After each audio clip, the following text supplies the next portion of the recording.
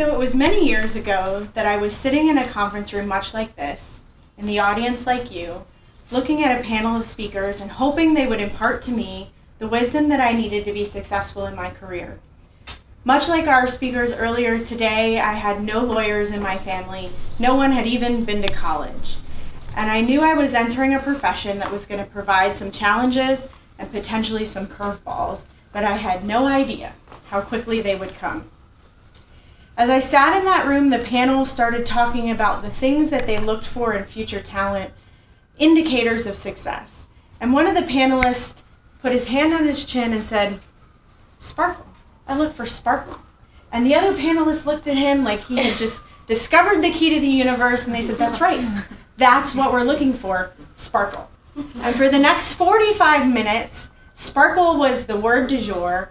And as they talked about their ability to identify and develop talent, it was this elusive sparkle that they were seeking. And I left that session just a little bit disappointed because I wasn't sure if that meant sparkle hands or sparkly eyeshadow or sparkly heels, but I suspected that none of those were right. And so I set on a course to discover exactly what sparkle was. Now at that point, my career had not been what I wanted it to be. I left Duke University School of Law, and I joined Cadwalader, Wickersham, and Taft in structured finance. I did all of my summers in litigation. I knew I was going to be in a courthouse, playing to a jury, winning every case.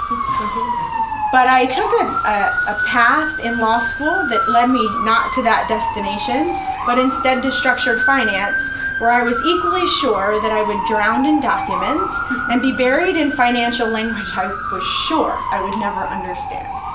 The good news is that structured finance turned out to be quite fun, and unlike litigation, both sides of the table are motivated to get to the same outcome. And so at the close of a deal, we all went out for steak. Whereas at the close of a litigation, you might need to go to boxing. I moved from Cadwalader to another firm. The day I joined, it was called Dewey Ballantine. The day I accepted my offer, but the day I started work, I got an email saying we're merging with a firm called LaBeouf, Lamb & Green. Have any of you heard of a firm, Dewey LaBeouf? Yes. Yeah. Yes. If you've heard of it, it would probably be because the chairman was indicted. Yes. So as a third-year associate in structured finance in the year 2009, my firm's chairman was on the way to indictment, and all of the lawyers in our firm were on the way to unemployment. And as one of 40,000 big law lawyers laid off in the structured finance industry, I had zero future in practicing big law. I was pregnant with my fourth child. My husband at the time had been in the military, a special forces soldier, and he had been on stop loss, which essentially means you can't leave the military till they tell you you can leave. And right about the same time I was told they were closing my firm, they told him his stop loss was over, and we went from a dual income family to a zero income family. We took our money, moved to a small town on the beaches of Florida with a low cost of living, and opened a martial arts academy.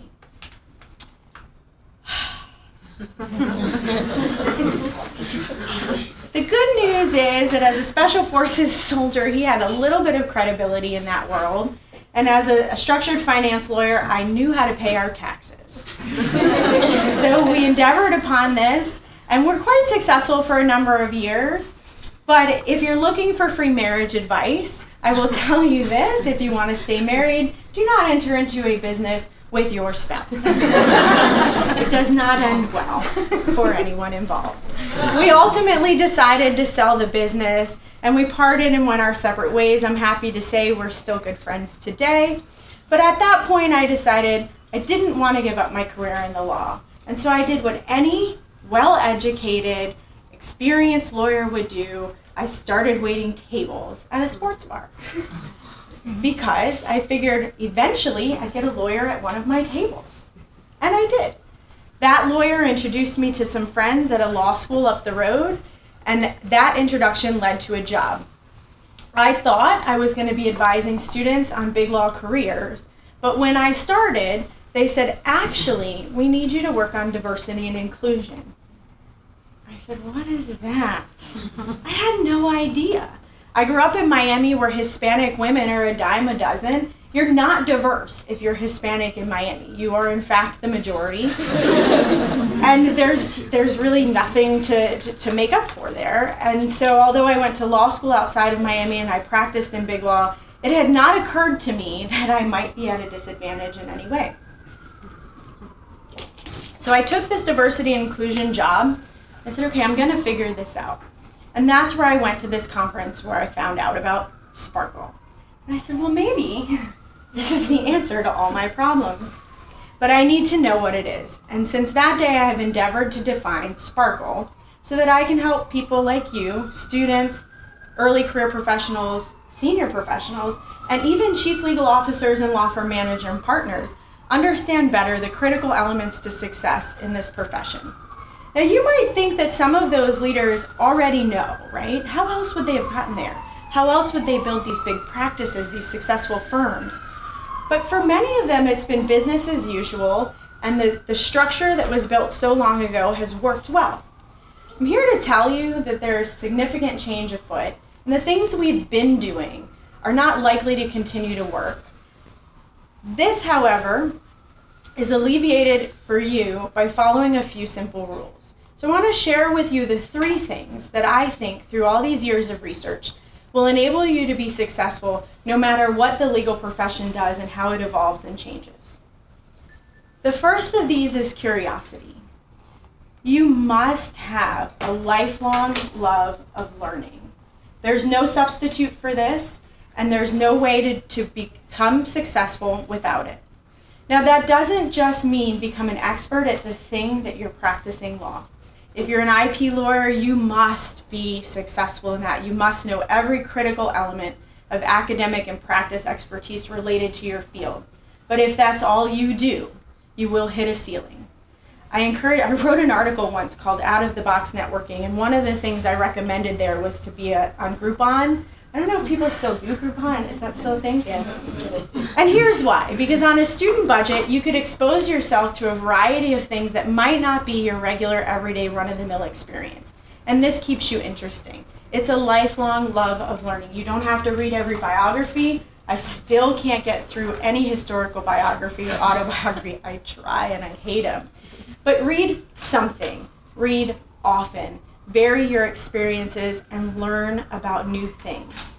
Now, it's not limited to just things. Learn about people. Be curious about people, because that curiosity about things and people will do 2 things: expand your knowledge and build your networks. You will not be successful without a strong network. It is a critical element to your success in this profession. And even if you decide to leave this profession, it'll be your networks that carry you from point A to point B.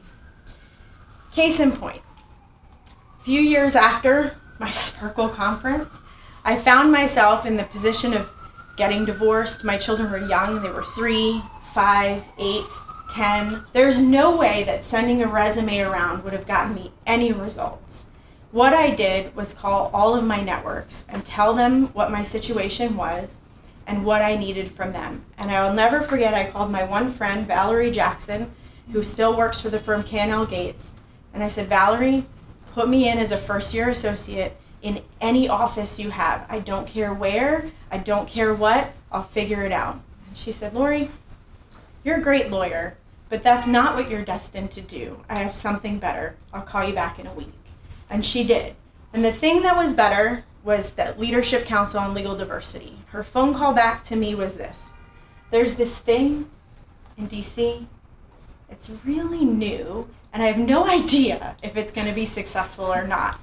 But they could use someone like you that's willing to take a chance, is innovative, big ideas, and a driver. I said, that sounds great. She said, and you have to move to DC. I'm from Miami, my family's in Miami, they have beaches in Miami. And I said, how soon can I start? And I packed up the kids and the dog and all of our stuff, and up to DC we went. And really that was one of the best decisions of my life, but it would not have been possible without that initial curiosity. Did I mention how I met Valerie Jackson? At the Sparkle conference. She was one of the panelists, not on the Sparkle panel, on another session. And I remember seeing her and saying, I got to know that person. So I found out she was volunteering on a committee, and I volunteered on that same committee until they put me on a work project with her. And I did eventually tell her I was professionally stalking her, and we've become very good friends since then. So the first thing, curiosity. Number 2, self-awareness. You might hear the term self-awareness thrown around. What self-awareness really is, to my mind, is the ability to hear ideas and opinions about yourself that are inconsistent with your own beliefs. We have been told, anybody in here have like moms, grandmas? Yeah, they love you. And when you have a bad day and you call them up and you say, Mom, I can't believe that they told me that this was good. What does Mom or Grandma or Aunt Sally say? They just don't know you. They know you. And they know the work product that you put in front of them. You have to be willing to hear the things about yourself that you don't want to hear. Now, they're not always right. And so what I encourage you to look for is patterns. There's always someone that will not like you. One of you will walk away from this and say, I can't believe they brought that ridiculous woman in to speak. She's useless. One of you will think that. The rest of you might think I'm okay. It's the rest of you that matter to me. And if you're that one person, you're free to go. I won't be mad. But this is the theory you need to apply in life. 5% of people won't like you no matter what you do. So you're too tall, you're too short, you're too good, you're not good enough. Leave them alone. Look for patterns in the other 95% that are indicative of your performance and areas of improvement. And then do the things you need to do to get better. If you are good at self-awareness, you will develop authenticity, which inspires trust. Critical elements to building a strong and effective network and a successful career. And let me tell you a story about that. So when I got to LCLD, a year or two in, we were building a team. I was the third person to join. When I left, there were 12. About 6 of them directly reported into me, a couple of dotted lines. About a year into managing all these people, I got a performance review that said, people don't like you at all. I said, that's really weird. I like myself a lot. I'm really good. I get stuff done, do all this speaking. The firms want me there. I don't get it. And so they shipped me off to Harvard to do a leadership course, and one of the things we did there was the Myers-Briggs. So it turns out I'm like this extreme extrovert. And then we came back to the office and we did this other, listen, I've done every self-awareness inventory ever. I'm always red, right? So if that red means anything to you, you know that I'm walking right in. Like, I'm in charge of this. I'm gonna tell you what we're gonna do, and we're gonna go there together, right? So I just took a hand thing for public speaking. So this is welcoming. This is like, don't say anything. So we're gonna go there together, right? Okay. So this was my style, and so after all of these self-awareness inventories, I realized I was red, the rest of my team was green and introverted. And so my style was rubbing them the wrong way. It wasn't that my vision was wrong. It wasn't that my strategy was wrong. It wasn't even that my results were bad. In fact, they were exceptionally good. There were people talking about LCLD from coast to coast at every firm and Fortune 500 legal department that you can imagine. But my people hated me. And do you know what happens when people don't like you? They will work for you, but they will throw you under the bus the first chance they get.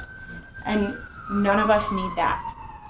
And so what I did is I took these results and I said, okay, I'm gonna have to write myself a note. I literally wrote a note about how to be nice. And so I do things to this day. I do things, my instinct when I get an email is to reply back. Buy 15 of them by Tuesday, send. So instead of sending, I write that, I put it down, and I come back and I'll say, Dear Jessica, thanks for letting me know this is an issue. I think it's a good idea to buy 15 by Tuesday. Let me know if you have questions. Thanks, Lori. But I have to add all that in, okay? The other thing I have to force myself to do, and any of you that are highly extroverted, driving people will maybe want to think about this. When I go into a meeting, I have to stop and ask myself who's going to be there. All right, Brian's going to be there. Last time I talked to him, he said his kid had a soccer tournament. Christina's going to be there. Mom was sick. I got to ask about those things first. I literally have to prep myself to do that because my natural inclination is to go in straight to work. All right, we're done, I'm out. So I encourage you to know yourself well and hear what others are saying about you, even when it's inconsistent with your own opinion. Third and finally is the ability to be resilient. But I want to caution you here because I would suspect that all of you in this room are already resilient. You're already gritty. You've probably overcome some things that many of our majority colleagues in the practice of law have never experienced. What I want to caution you about, though, is being resilient or gritty to your own detriment. And let me give you an example. From time to time, you will meet someone that went to the best undergrad institution you can think of, the most prestigious law school, might be working at a big firm in New York City, just grinding away. You say, man, you're so good, you're so successful. Why do you do it? And they don't know. And when they sit and think about it, it's because someone told them, usually it's like in 4th grade, that they should be a lawyer. And then someone else got a hold of that idea and also said it, and then their parents decided that or a doctor would be fantastic. And so lawyer's just as good. Here we go. And suddenly they're on this trail. And they're in school, and everything that they're hearing about themselves at school confirms this notion that somebody had when they were 8. And now they're in a place where they're not excited, they're not passionate, even though they're successful. And so be resilient, but be true to yourself.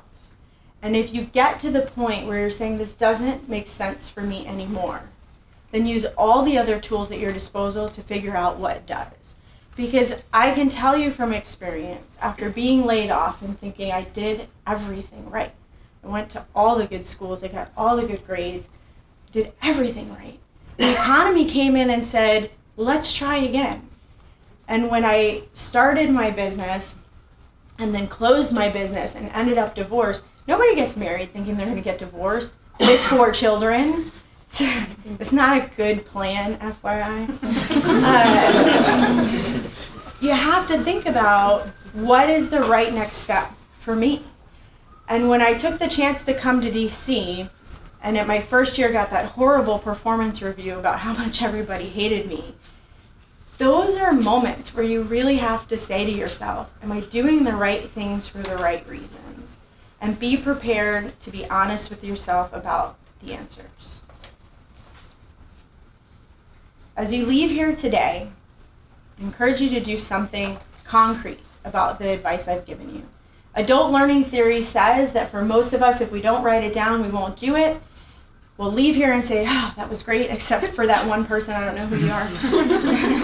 And you'll want to do the things I've told you to do. So let me give you one practical piece of advice that I hope you'll do when you leave here. Take out your phone, open your calendar, and put an appointment on there once a month for 15 minutes that says, invest in myself. And take that time once a month to think about, what are you curious about? What do you know about yourself? And are you on the path you're on because it's something you're passionate about? And then plan from there accordingly. I appreciate your time tonight. Thank you.